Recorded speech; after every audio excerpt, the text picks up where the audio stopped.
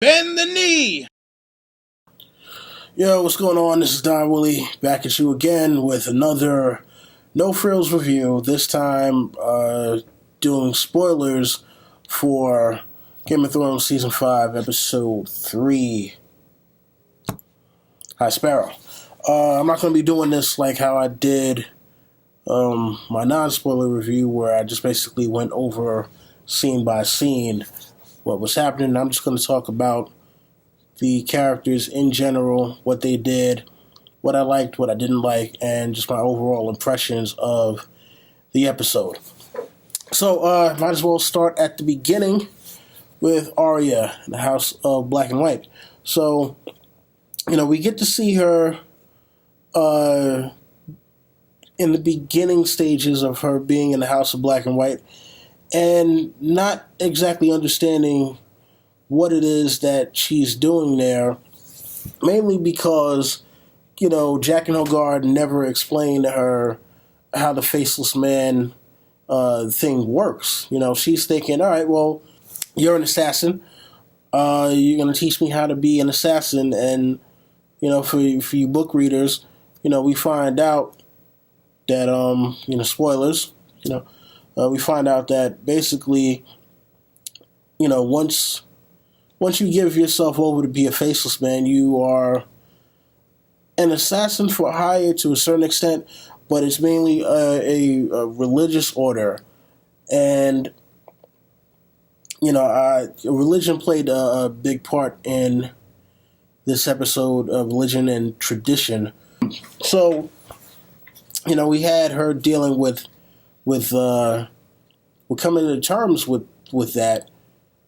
She still got a lot more to learn. And then, later on we had her playing the game of faces with that other disciple. And I'm like, I guess they're supposed to both be kind of on the come up with that. And, it was funny how, she had to give away all this stuff. She was not willing to give a needle. And, as a Faceless Man, supposed to pretty much give up everything, in order to do that. And in order to become no one, you have to really become no one. Yeah, so obviously her unwillingness to give up Needle was a sign that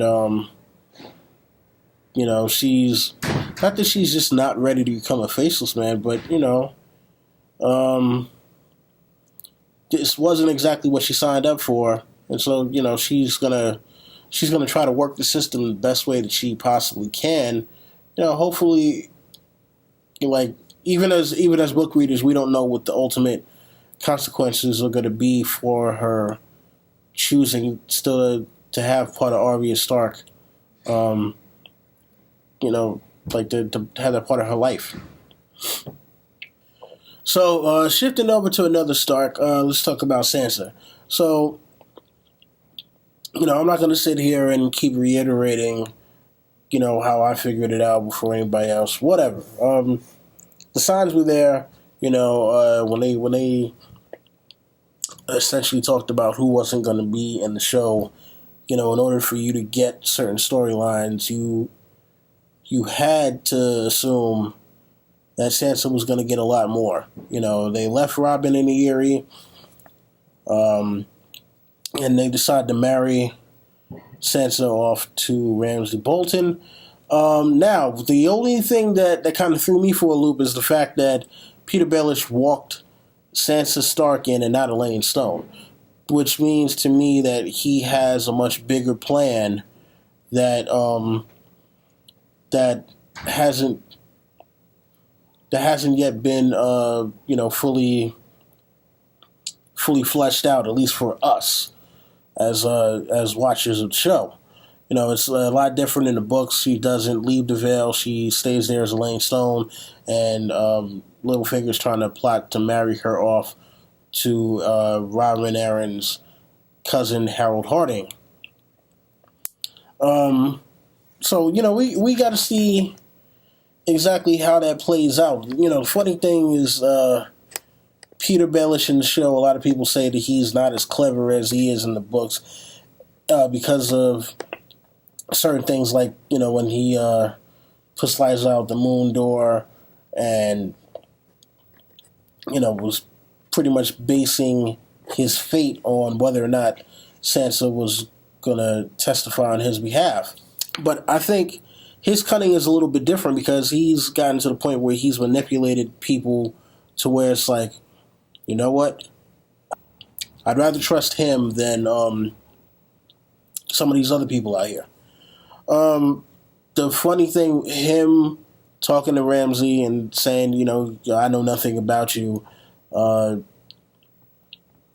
think that's going to lead to partially what happens. Look, Ramsay said he's not going to hurt her, right? And I do believe that. I think Ramsay is not going to hurt Sansa. He is going to make Sansa hurt Miranda because Miranda is going to be, we saw the shot of her when Sansa showed up and she's, real jealous. And, it's just kind of like, all right, well, I don't think you want to piss off Ramsay right now. And it's mainly because of what Roose Bolton told him. Like, hey, you don't make alliances and gain allies by skinning people alive. You get them by, making marriages and trying to be friends with them on purpose. So, I think that, remember, Ramsay, the one thing he wants more than anything is Roose Bolton's approval. So if that means that, he doesn't go and do the normal Ramsay thing, then so be it. Now, Roose and Peter Baelish's conversation, I think they came kind of an understanding. Like, look, we're kind of in this together at this point because, you accepting this marriage proposal to Sansa Stark, not Elaine Stone, but Sansa Stark, pretty much is going to break you away from the Lannisters. And, Roose Bolton was like, hey, well, they gave you all of this stuff, and why are you turning your back on them? And Peter Baelish was kind of like, well, because fuck them, that's why. Because what the fuck can they do to me? Tywin Lannister's dead. Jaime Lannister is one-handed. Tyrion is, off to wherever, and Cersei has no damn power now because, Tommen is married to Marjorie. So the Lannisters mean nothing at this point. And it's funny though, like when Peter was telling Roose about Sansa still being a virgin, dude was like, pretty much, yeah, I don't give a fuck about that shit, man. I'll leave that up for somebody like you because you're the one trying to sell this chick to me. You got to see where that where that's going to take us, and probably that's going to lead to Brienne trying to emancipate Sansa. I like the Brienne and Podrick thing. Finally, Brienne is not acting like such a bitch to Podrick. Pod is just a dude who's trying to do good. And, finally she gives him the chance. She tells the story about how Renly saved her from embarrassment during the ball that her father threw for her. And, that's why she's pledged her life to basically killing Stannis after what happened in Stormlands. And, it's an honorable thing. Is it foolish? Who knows? I mean, like, Brienne does not have any kind of armies. Her and Podrick, who are, basically this season's Hound and Arya to a certain extent. It's funny. Like, I like the story with Podrick talked about how the guy he was squiring for got killed over a ham, and as punishment, he gets sent to squire for Tyrion. But, Tyrion is a really nice guy to him. I'm still wondering about the whole thing with the brothel and why it is that the prostitutes would not charge him. You know, is he really that skilled? Does he, have some kind of special magical powers or something? We'll have to see. All right, so let's take it to King's Landing. So Tom and Marjorie get married, and it's funny. Like the wedding, it's like shortest. They was just said the whole "I am hers and she is mine" thing, and that was pretty much about it. Then they went right to the wedding, and as soon as Tommen let off his load, Marjorie is like, "Got him," Yeah, so don't you think your mother would be happier at Casterly Rock? And Cersei automatically recognizes that, oh, this isn't, Tommen saying this is all for Marjorie. She goes to visit Marjorie, and Marjorie is basically just hitting it with the daggers. Daggers! Just, hole his shank. It's like, oh, I'll bring you some wine, but it's a little early for the rest of us. Oh, should I call you Queen Mother or Dowager Queen? Like, you were just asking for trouble. You were asking for trouble, Marjorie. Don't, you haven't been queen for long at all. Be easy. Be easy. But, some people don't know how to be easy. It is what it is. So the High Septon, that was hilarious. The High Septon getting beat on by the Sparrows and going to Cersei, and it's like, yeah, do something about this. Execute him. And when he walked up in the council chambers, he's naming everybody, he gets Qyburn, and it's like, Qyburn's like, it doesn't matter. And, to come to find out later, she throws the High Septon in the Black Cell. She basically makes a deal with the High Sparrow to give the Faith Militant power and has no idea how it's going to be used. And, Cersei, again, she's thinking that she's making the moves that her father would make. And, for those of you who have read the books, we know that it's going to come to bite her back in the ass. She has no idea what kind of reckoning is coming. But, and let's talk about Qyburn. Qyburn in his laboratory doing experiments on rats. Pretty sure he's still doing experiments on them dwarf heads that were brought to him. And we see the mountain in the background. The mountain just kind of, jostles the table or whatever. And Qyburn's just like, oh, yeah, just, calm down. I'll be right with you. Don't fret, my monster. And look, man, I'm thinking Qyburn is going to wind up getting killed. Frankenstein story. Frankenstein's monster winds up killing him, because he's not understanding what's going on with him.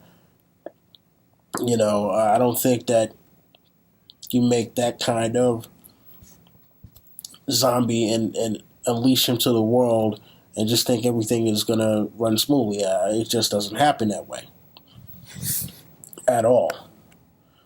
Now let's go to the Wall. Jon Maley, Squire, instead of Dolorous Ed. And I know there were a few people who had problems with this. A few reviews I watched that had problems with this. I didn't necessarily have a problem with it. Now, the one thing that I think that they might have been heavy-handed with is kind of the foreshadowing of Olly betraying Jon. Because anytime they mention the Wildlings and Jon's affinity for the Wildlings, they show Olly, and Olly's kind of got this real... he's got a grimace on his face. Just kind of like, oh, okay, motherfucker. Supporting goddamn Wildlings. Killed my fucking family, you bastard. But he still respects him, but he's,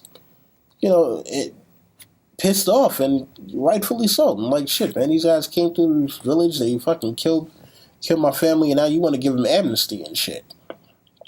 And his back and forth with Stannis about, how long do you plan on staying here? Look, Stannis is like, look, man, this is just a damn stopover. I'm going to Winterfell. I'm going to take that back, and I'm, going to keep marching south afterwards.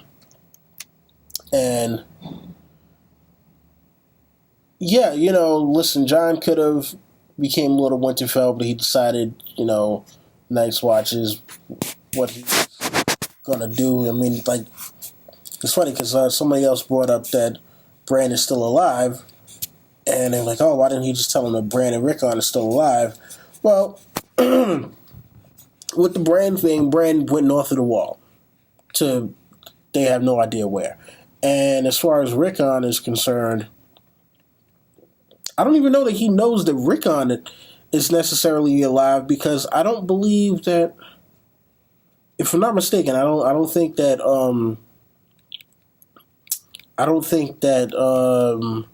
Sam ran into Rickon and Osha. I have to watch it again, but I don't think he ran into them inside of the Night Fort. But I could be wrong. Like I said, I gotta watch it over again. And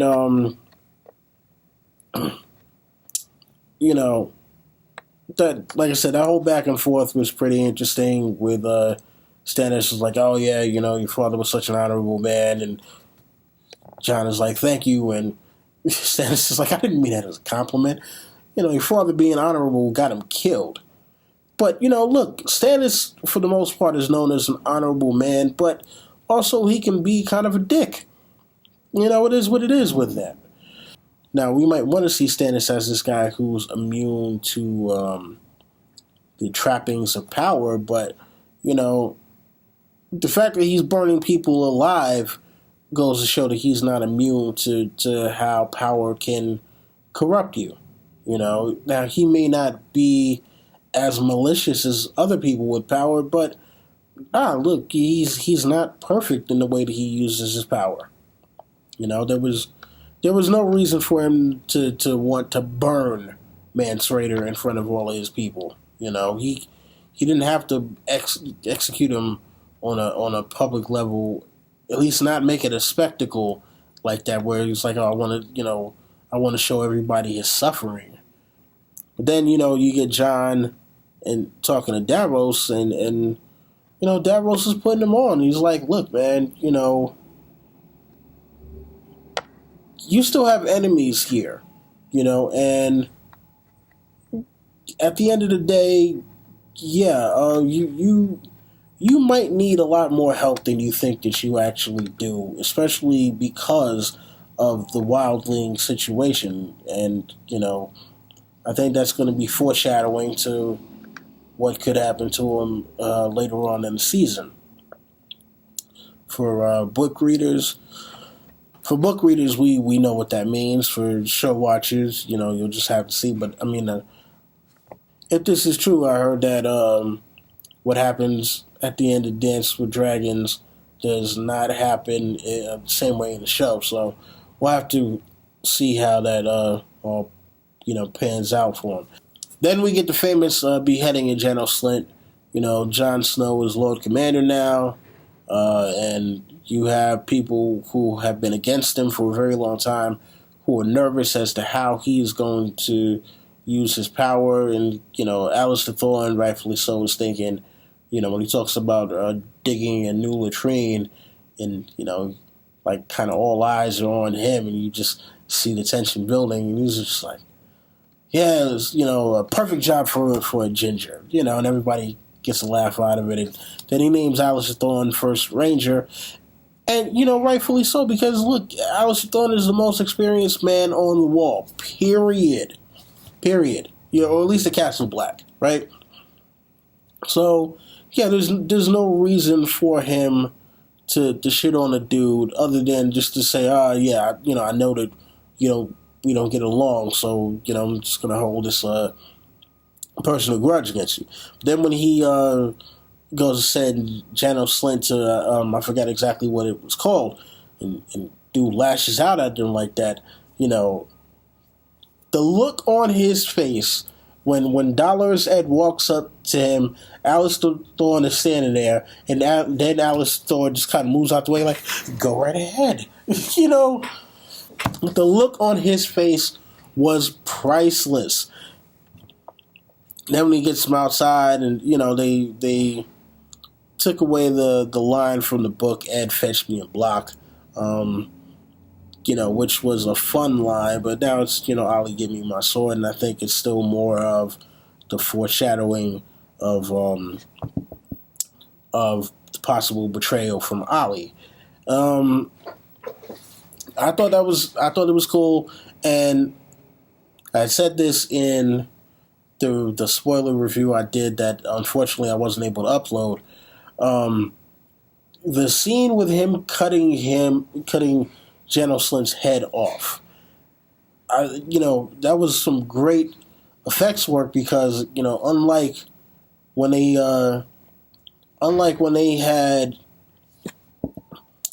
episode 1, you know, the very first episode when Ned cuts off the deserter's head, you know, it wasn't a far away shot, you know, so like, oh, you know, can't tell whether it's a mannequin or not. Or unlike when Ned even got beheaded, where you didn't actually see his head leave his body. This one, no, it was a very close up shot, and you got it right there. You saw that man's head leave his body, and I was like, wow, impressive. That was impressive, because it was very seamless in the way that they edited that cut, no pun intended. So, you know, and then Stannis comes out and he walks and he sees him, and he's just like, giving him that now, like, that's right, you handle your business. Good job, kid. So yeah, that was fun. And then finally, very very last scene, which I wasn't even sure we were gonna get, because everybody else kind of had like 2 and 3 scenes.